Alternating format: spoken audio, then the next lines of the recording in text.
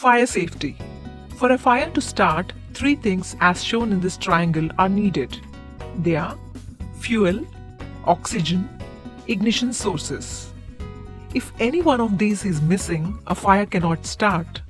So, taking steps to avoid the three coming together will reduce the chances of a fire happening. Fire detection and control equipment includes fire alarms, fire extinguishers, safety hose, fire blanket, fire buckets, etc. A few general measures that should be kept in mind to prevent large fires are: keep in mind that liquids with low flash points may ignite if they are near heat sources such as hot plates, steam lines, or equipment that might produce a spark or heat. A small laboratory fire is considered to be one that is extinguishable within 1 to 2 minutes. The appropriate action to take is to cover the fire with an inverted beaker or wet paper towels. If this fails, use a fire extinguisher. Laboratories should have the appropriate class of extinguisher for the fire hazards in the laboratory. In general, a Class BC or Class ABC extinguisher is appropriate. We will discuss these types shortly. Fire extinguishers must be inspected annually and replaced as needed. Laboratory personnel should be trained on the various classes of fires and basic fire extinguisher use in annual laboratory safety and hazardous waste management training. All exits must be marked with fire exit signs which glow in the dark. Fire extinguishing methods. Fires can be extinguished in one of 4 ways. By cooling, water is used to cool the burning material below the temperature at which it starts to burn. By smothering, carbon dioxide or foaming agents or dry chemical extinguishers are used to smother the burning material so that the air is excluded. By removing the fuel, this is usually very difficult to do. An example is turning off a fuel line. By disrupting the chemical chain reaction or interrupting the flame. Dry chemicals or halon are used to do this. Types of extinguishers. Extinguishers are available for use on one or more classes of fire depending on the extinguishing agent they contain. Example, water, chemicals. Fire extinguishers are rated as A, B, C, or D, or combinations of A, B, C, and D. Now let's see the chart below. Fuel sources, class of fire, type of extinguisher. Fuel sources. Ordinary combustibles. Example, trash, wood, paper, cloth. The class of fire is A. Type of extinguisher, that is the extinguishing agents, are water, chemical foam, dry chemical. Fuel source of flammable liquids. Example, oils, grease, tar, gasoline, paints, thinners. Its class of fire is B.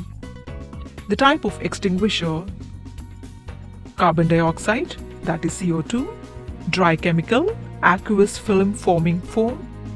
Fuel source: electricity. Example, live electrical equipment. Its class of fire is C. Type of extinguishers are CO2, dry chemical 2. Fuel source: combustible metals. Example, magnesium and titanium. The class of fire is D. The type of extinguisher: dry powder, suitable for the specific combustible metal involved. Selection.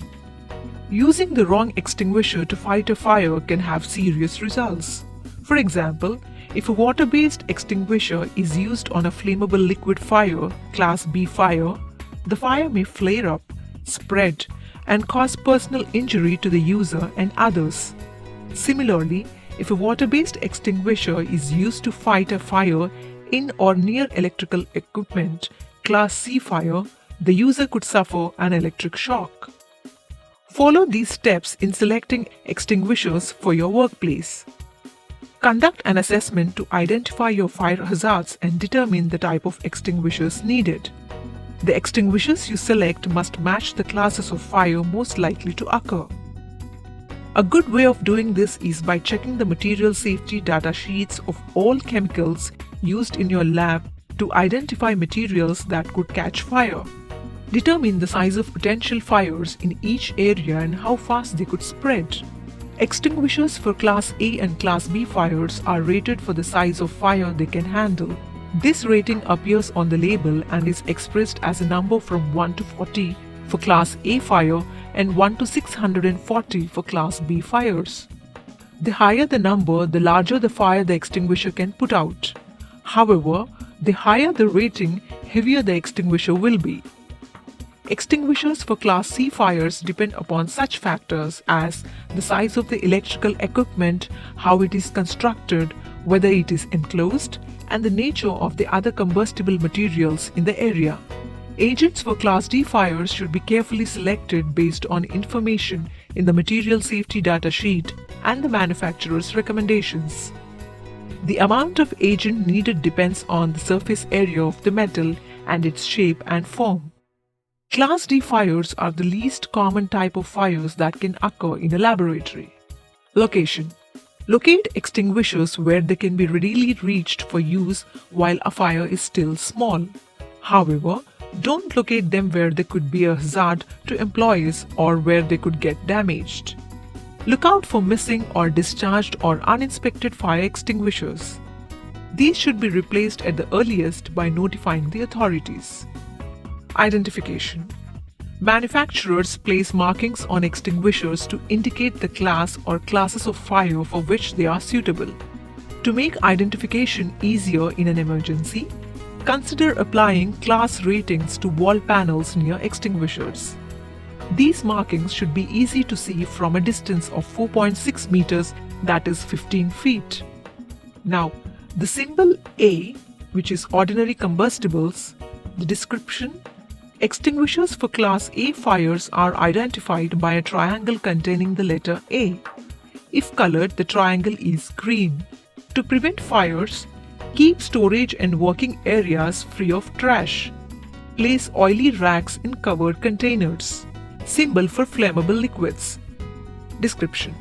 Extinguishers for Class B fires are identified by a square containing the letter B. If colored, the square is red. To prevent fires, don't refuel gasoline-powered equipment in a confined space in the presence of an open flame or while the equipment is hot. Keep flammable liquids stored in a tightly closed container and away from spark-producing sources. Symbol for electrical equipment. Description. Extinguishers for Class C fires are identified by a circle containing the letter C. If colored, the circle is blue. To prevent fires, use flammable liquids only in well-ventilated areas. Never install a fuse rated higher than specified for the circuit. Investigate any appliance or electrical equipment that smells strange. Unusual odors can be the first sign of a potential fire. Symbol for combustible metals. Description. Extinguishers for Class D fires are identified by a star containing the letter D. If colored, the star is yellow. To prevent fires, utility lights should always have some type of wire guard over them. Knowledge of the properties of the metals and using good judgment and common sense will assist you in controlling or avoiding potential fires or reactions. Use of fire extinguishers and stages of emergency action plan. Fire extinguishers are designed to put out or control small fires. A small fire, if not checked immediately, will soon spread out of control. Memory aids. A few mnemonics to remember when there is a fire in your area is RACE, R-A-C-E. Rescue anyone in immediate danger of the fire. Alarm. Shout or activate the nearest fire alarm pull station and call the emergency number. The fire alarm will ring on the fire floor and throughout the building. Confine the fire by closing doors to the fire. Do not lock. Evacuate to an area of refuge and extinguish the fire if possible. When a fire is reported on your floor, everyone is required to evacuate the area either through a set of fire doors on your floor or via the stairs downward at least 2 floors to a safe area or to the outside. Never go up unless you are below grade or down to an area below grade. Do not use elevators. If you fight a fire, remember the word PASS, P-A-S-S, that is pull, aim, squeeze, sweep. Pull the pin. Some extinguishers require releasing a locking latch, pressing a puncture lever or other motion. Aim low, pointing the extinguisher nozzle or its horn or hose at the base of the fire. Squeeze the handle. This releases the extinguishing agent. Sweep from side to side at the base of the fire until it appears to be out. Watch the fire area in case fire breaks out again and repeat the use of extinguisher if necessary. Warning: never fight a fire if the fire is spreading beyond the immediate area in which it started or if it is already a large fire. The fire could block your escape route. You are unsure of the proper operation of the extinguisher. You doubt that the extinguisher you're holding is designed for the type of fire at hand or is large enough to fight the fire. Handling a fire emergency. Always be prepared for a fire emergency. Check the location of firearms and know how they work. Learn your building evacuation plan. Know where your 2 nearest exits are located. Learn how doors swing and where stairs lead. Make sure nothing blocks fire pulls, extinguishers and emergency exits. Learn the sound of your building fire alarm. Post emergency numbers including security and first aid near your telephone. Make sure you know what to do if the fire alarm sounds. Plan your escape. When you notice a fire, consider the following. Pull the nearest fire alarm while exiting the floor. If there is no fire alarm, dial the emergency number. Do not assume that anyone else has already called the fire department. Stay calm and be prepared to answer the operator's questions regarding the emergency. Evacuate. In case you hear the fire alarm, leave at once following your building's evacuation plan. Do not delay yourself by gathering personal items. Your safety always comes first. Before you open any door, feel the door with the back of your hand. If the door is cold, slowly open it a little. If there is no smoke in hallways or stairwells, follow your building's evacuation plan. Get out quickly using designated fire exits. Close doors behind you. However, do not lock the door. The stairway will be your primary escape route. Never use elevators under any circumstances. If you are trapped in smoke or heat, before you open any door, feel the door with the back of your hand. If the door is warm to the touch, do not attempt to open the door. Stuff the cracks around doors with towels, rags, clothing or tape and cover vents to keep out the smoke. Stay low to the floor and if possible, cover your mouth and nose with a damp cloth or dust mask to help you breathe. If there is a phone in the room where you are trapped, call the fire department to tell them exactly where you are located. Do this even if you see fire apparatus on the street below. Wait at a window and signal for help. Do not panic or jump. Wait. If possible, open the window at the top or bottom, but do not break it. You may need to close the window if smoke rushes in. Be patient. Rescuing all the occupants of a building can take several hours. An effective way of fighting a fire emergency can be dividing the staff into different teams and each team being designated different responsibilities to avoid duplication or missing out on any of the important tasks. An example of the team protocol to be followed in case of big fires is shown here. 1. Team 1. Alert everyone of the fire. 2. Team 2. Telephone the emergency numbers. A. Fire Department 101. B. Ambulance 102. C. Police 100. 3. Team 3. Check all rooms including bathrooms, dark room for any trapped people. Team 3 has the most difficult task and should include at least 4 people. 1 or 2 should operate the extinguishers and others should replenish new extinguishers and guide trapped people out. A cylinder will discharge in 10 seconds and will need to be replaced rapidly. 4. Team 4. should take the attendance at the assembly point and alert Team 3 of missing people and give first aid till help arrives. Fire drill. A fire drill is a method of practicing how a building would be evacuated in the event of a fire or other emergency.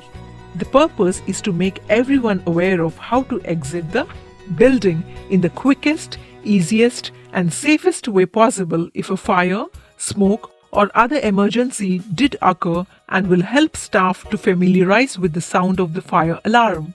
It should be unannounced, a joint effort with the management involved, check to ensure safety alarms and other equipment working appropriately, feedback of the drill should be provided to all the participants, discuss upcoming issues and/or any changes required. Clothing fires.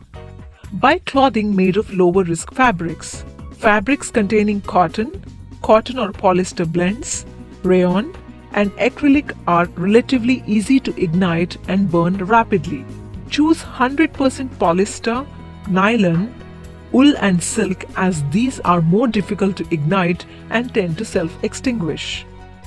Knits and fabrics without a fuzzy or napped surface are less likely to ignite and burn rapidly than open knits or weaves or fabrics with brushed or piled surfaces. Consider purchasing garments that you can remove without having to pull them over your head. Clothes that are easy to remove can help prevent serious burns. If clothing should catch fire, it is important not to run, as this would provide additional air to support the flames. An important memory aid is stop, drop, and roll in case your clothing catches fire. Stop where you are, drop to the floor, and roll to smother the flames. As soon as the flames are extinguished, shower cool burned areas with copious amounts of water. If someone else is on fire, immediately immobilize the victim and force her to roll on the ground to extinguish the flames. Assist in smothering the flames using whatever is immediately available, example blanket.